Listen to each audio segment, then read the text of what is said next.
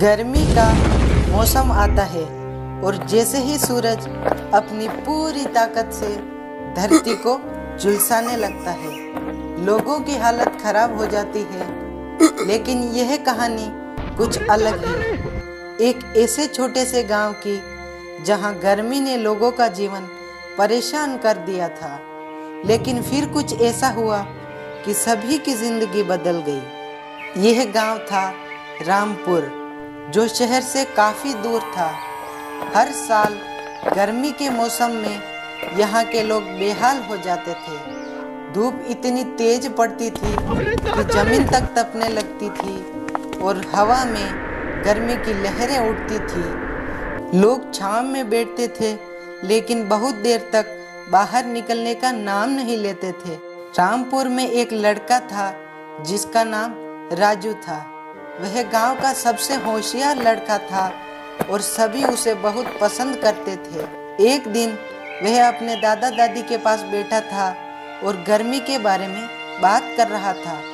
दादी, इस बार गर्मी बहुत बढ़ गई है, क्या किया जाए? दादी हंसी और बोली, राजू, तू सोच रहा है कि गर्मी सिर्फ हमें ही सताती है, पर सच्चाई तो ये है कि गर्मी का भी एक तरीका है जिसको समझकर हम उसे मात दे सकते हैं। राजू हैरान होकर बोला, दादी, आप कैसे कह सकती हो कि गर्मी का कुछ फायदा भी हो सकता है? दादी मुस्कुराते हुए बोली, बिल्कुल, देख, गर्मी का असर केवल बाहर ही नहीं बल्कि हमारे अंदर भी होता है। जब सूरज की तपिश बढ़ती है तो हम अपने अंदर की ताकत को महसूस कर सकते हैं। गर्मी से लड़ने का तरीका यही है कि हमें हर परिस्थिति में अपने आप को शांत रखना चाहिए। राजू कुछ देर सोचने के बाद बाहर गया और उसने देखा कि सभी लोग आम के पेड़ के नीचे छांव में बैठे थे। उसने महसूस किया कि लोग सिर्फ गर्मी से बचने के लिए वहां बैठते थे, लेकिन यदि वे अपने भीतर की शक्ति को समझते तो इस गर्मी को भी अपने पक्ष में कर सकते थे।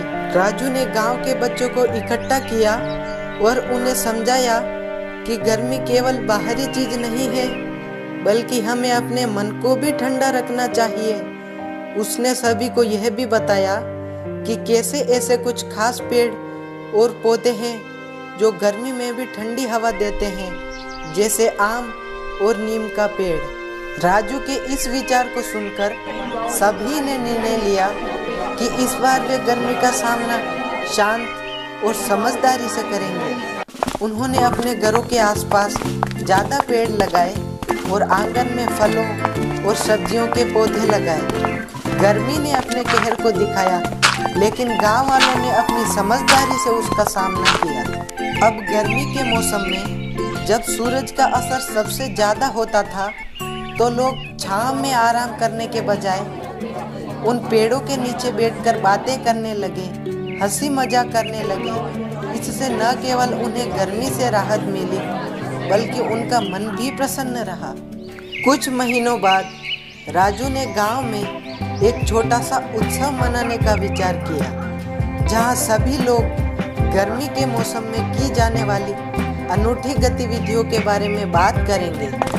उस उत्सव में गांव के सभी लोग आए और सबने यह महसूस किया कि गर्मी को हराने का सबसे अच्छा तरीका है उसे समझना और उससे दोस्ती करना। गांव का माहौल बदल चुका था। अब गर्मी किसी के लिए समस्या नहीं बल्कि एक चुनौती बन चुकी थी। राजू और गांव वालों ने इस कठिन समय को एक नई उम्मीद और ताकत के साथ अपनाया, और जब अगले साल गर्मी आई तो रामपुर के लोग पहले से कहीं ज़्यादा खुश और सशक्त महसूस कर रहे थे।